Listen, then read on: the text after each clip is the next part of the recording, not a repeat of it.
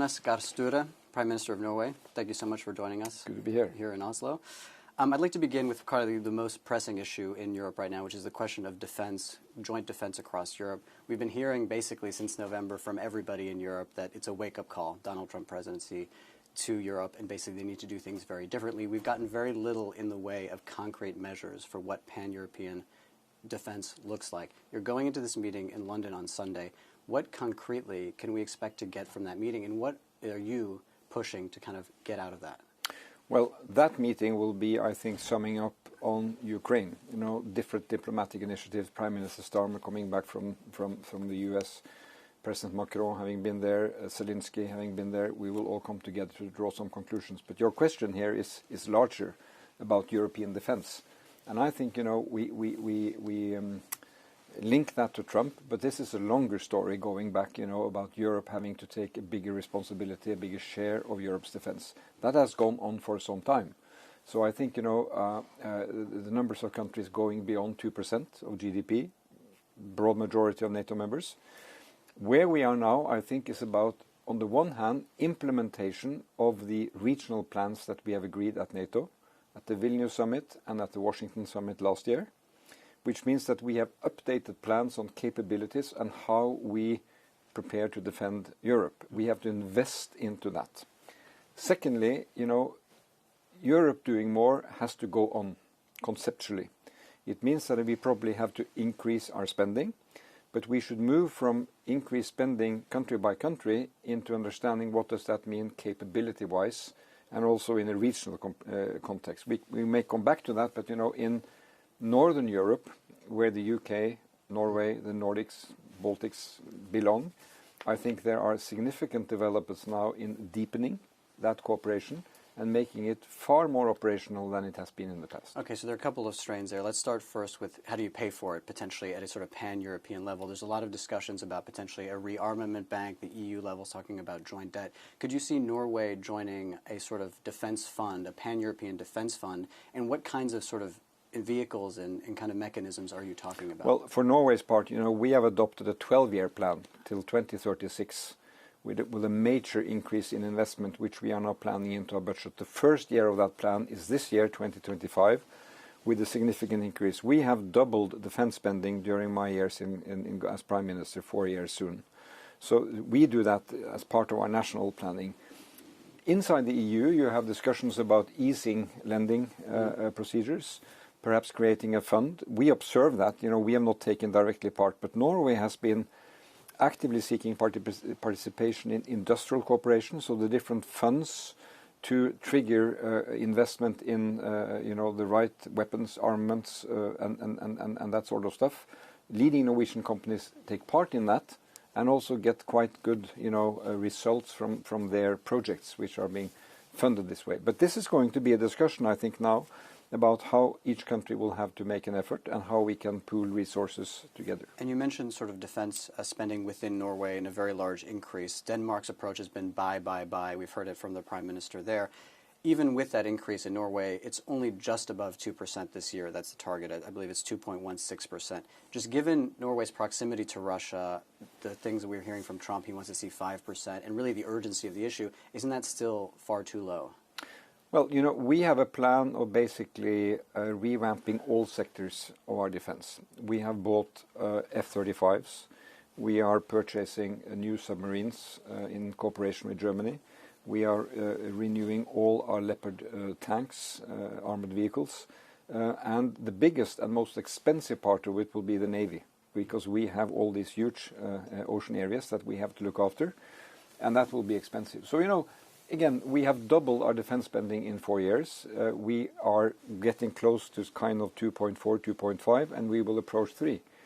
I don't say that we should not go further, but right now the challenge in our defense sector is that there is money, but there has to be projects that the money can buy in a meaningful way. And we have done too much failures in the past of making the wrong investments, making the wrong decisions, and now we really have to spend that money which is available wisely.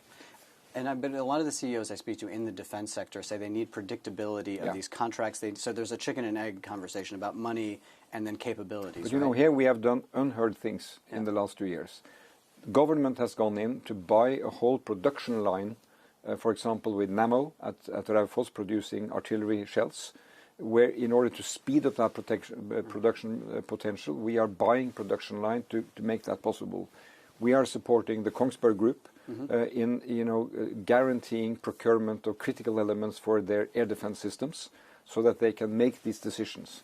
So I think this is a first step. When we were in Ukraine a few days ago, we saw how Ukrainians are moving their defense industry to respond to their needs. They make daily experiences from modern warfare in the field, and they draw lessons from that in the way they do things. We invest now as Norway in Ukrainian defense sector, and we have a lot of lessons to learn from them in order to manage production lines more effectively. Would you be in favor of tapping some of the money in the Sovereign Wealth Fund to expand defense further? No, not specifically, because we spend our money through our national budget, and an important part of national budget comes from offsets from the from the pension fund. Yeah. But here we have clear procedures that we manage that fund. We take a part of the interest from the fund that we can use in the budgets, and that should be transparent. We are not having a specific lane for defense or any other sector into that fund, because that would make it less sustainable and predictable. And on the question of the fund, I just have a more sort of broader question, because we're seeing kind of unprecedented things coming from the United States and changing its relationship to Europe.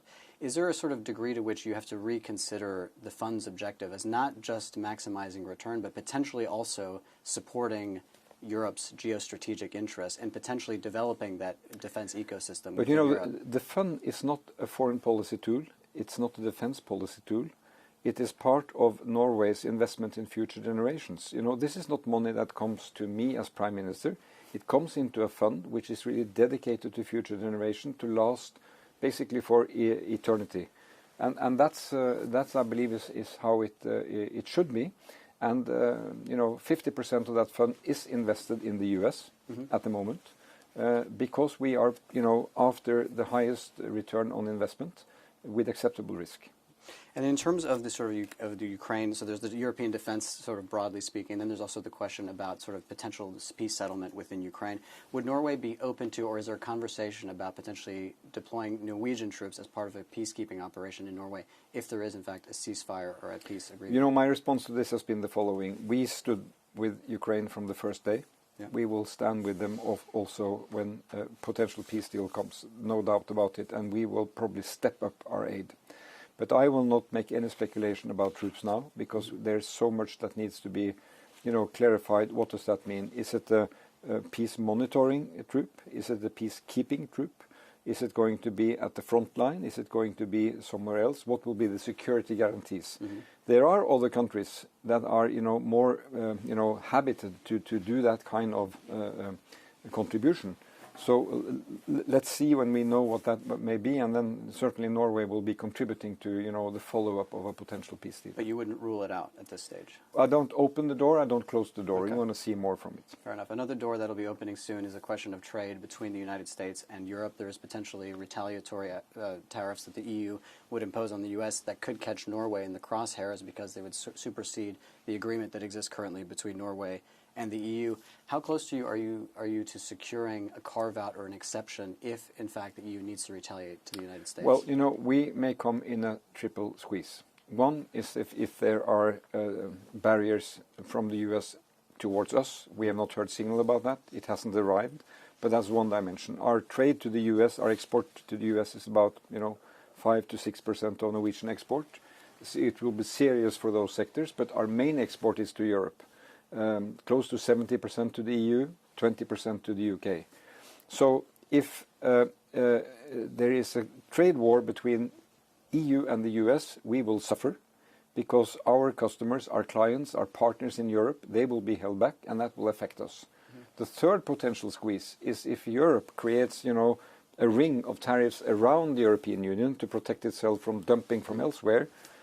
Of course, that will target us. But there we believe that we have a good case, because the European Economic Area, which is a treaty between Norway, Liechtenstein and Iceland and the EU, has as its very clear foundation that there is a coherent market. So we will then seek to be exempted from that because it will really be a mutual gain for both the EU and us. We are not there yet. We have dialogues with EU at political level at the Commission, also member states, following it day by day in very close contact with Norwegian export industry.